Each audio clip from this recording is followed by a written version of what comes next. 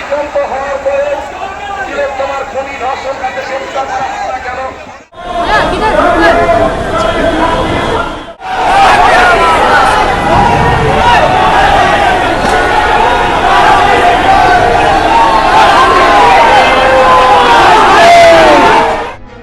আরজিকর কাণ্ডে উত্তাল গোটা দেশ। সঠিক বিচারের দাবিতে রাত জাগছেন রাজ্যের লাখ লাখ মানুষ। এই আবহে সঠিক বিচার চেয়ে আজ দুপুরে সিবিআই দফতর অভিযানের ডাক দেয় বড়বাজার জেলা অফিস। সেই সিবিআই দফতর অভিযানে ধুন্ধুমার। সেটিং ছেড়ে বিচার দাও, নইলে সিবিআই ফিরে যাও, এই স্লোগানকে সামনে রেখে 4 সেপ্টেম্বর বুধবার বড়বাজার জেলা কংগ্রেস কমিটি কলকাতায় সিবিআই এর প্রধান দফতর নিজাম প্যালেস অভিযানের ডাক দেয়।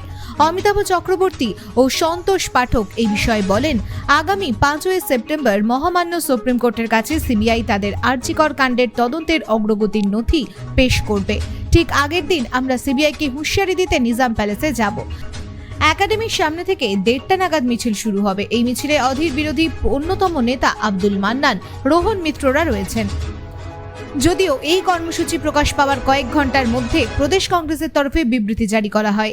সেই বিবৃতিতে প্রদেশ কংগ্রেস মুখপাত্র সৌম্য আইচ রায় বলেছিলেন, প্রিয় সাংবাদিক বন্ধুরা, আপনারা জানেন আরজিকর কাণ্ডে মহামান্য কলকাতা হাইকোর্ট এবং সর্বোপরি সুপ্রিম কোর্টের নির্দেশ মতো এবং তত্ত্বাবধানে এই তদন্ত সিবিআই করছেন।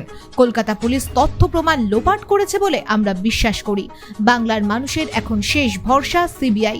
আমরা সাম্প্রতিক ঘটনায় আশাবাদী যে সিবিআই প্রকৃত ঘটনার সত্য তদন্ত করে দোষীদের চিহ্নিত করবেন। তাই পশ্চিমবঙ্গ প্রদেশ কংগ্রেস কমিটি সিবিআই এর বিরুদ্ধে আপাতত হাইকোর্ট এবং সুপ্রিম কোর্টের কথা মাথায় রেখে সিবিআই এর বিরুদ্ধে কোনো আন্দোলন করছে না এবং কোনো আন্দোলনকে সমর্থন করছে না। তবে এই বিষয়ে প্রবীণ প্রাক্তন সাংসদ প্রদীপ ভট্টাচার্য বলেন, প্রদেশ নেতৃত্ব কি বলেছে সেই বিষয়ে জানি না, তবে এটা তো বড়বাজার জেলা কংগ্রেসের ডাকে এই অভিযান ছিল, সেই অভিযানে সামিল হয়েছি। কারণ এর আগে বহু ক্ষেত্রে সিবিআই যেসব মামলার তদন্তের দায়িত্ব নিয়েছে তার অধিকাংশ ক্ষেত্রে কোনো সুরাহা হয়নি। ফলে আরজিকরের ঘটনার ক্ষেত্রেও যেন তেমনটা না ঘটে, তার জন্য সিবিআই এর উপর চাপ বাড়াতেই আজকের এই অভিযান।